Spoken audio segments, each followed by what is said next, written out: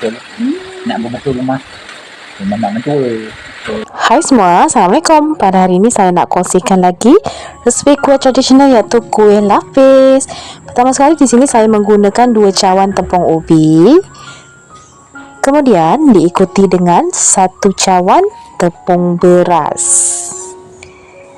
Nah, kemudian kita gaul rata bagi sebati semuanya. Siapa dekat sini peminat kuih lapis? Saya antara salah satunya. Lanjut, di sini saya masukkan sedikit garam agar dia rasa lemak dan juga gula. Gula ni saya gantikan dengan pemanis. Anda mungkin boleh gunakan lebih kurang 1 cawan gula. Kalau nak kurang manis boleh guna 1/2 cawan. Lanjut, di sini saya menggunakan santan 1 cawan dan juga air biasa 1 cawan. Lalu di sini saya nak ambil daun pandan dulu, sehelai 2 helai macam tu.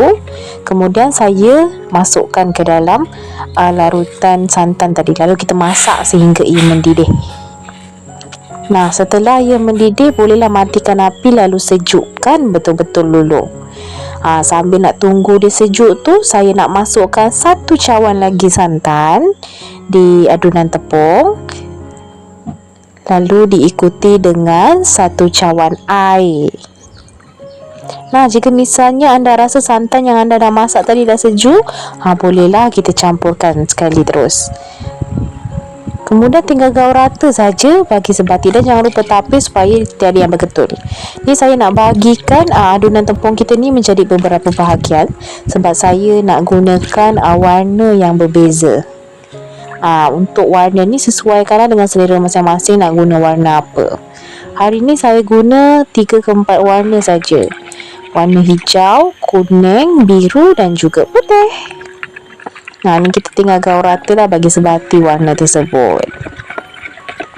Manakala yang satu lagi ni saya tak letak pewarna, saya biarkan je original. Kalau misalnya anda ada pewarna putih lagi bagus kan, lebih cantik nanti. Nah, ini loyang yang telah saya sapukan dengan minyak dan saya letak baking paper. Sebenarnya tak perlu pun letak baking paper, cukup letak minyak, tapi saya menggatal letak baking paper. Nah, ni kita tinggal masukkanlah adunan selapis demi selapis dan masak 5 minit. Ini setelah 5 minit, lalu saya masukkan adunan yang kedua ataupun warna yang kedua. Dan begitulah selanjutnya sehingga kuih kita selesai. Nah, mudah kan cara pembuatannya? Sebenarnya nak kata mudah tak adalah mudah sangat. Dari segi bahan mudah, dari segi pembuatan tu agak sedikit lama kerana apa, kita buat lapis demi lapis. Itu je lah, tapi cara buatnya sama je. 5 minit, 5 minit, 5 minit, masukkan yang lain. Dan untuk last kali ni masak lama sikit, lebih kurang 15 ke 20 minit. Kita nak bagi kuih kita tu masak betul. Dan ni dia setelah sejuk. Mari kita keluarkan sebab tak lama lagi dah nak buka puasa. Ni 5 minit sebelum berbuka. Jadi saya agak terkecoh sikit sebab nak cepat-cepat. Ni saya letak baking paper, jadi susah sikit nak tanggalkan. Sepatutnya tak perlu pun letak baking paper, tapi kebetulan ada baking paper kat rumah dan nak habiskan aja saya letak baking paper. Bila letak baking paper, permukaan dia tak berapa cantik lah. Ni permukaan belakang. Saya malas nak pergi terbalikkan ke depan. Sepatutnya permukaan depan dia tu warna putih tadi kan. Ni kita tinggal potong-potong. Dan jangan lupa sebelum potong tu sapukanlah sikit minyak dekat pisau supaya ia tak melekat. Lebih kurang macam ni lah bentuknya. Dia tak cantik permukaannya sebab tadi saya letak baking paper. Dan ini bahagian belakangnya, bukan bahagian depan.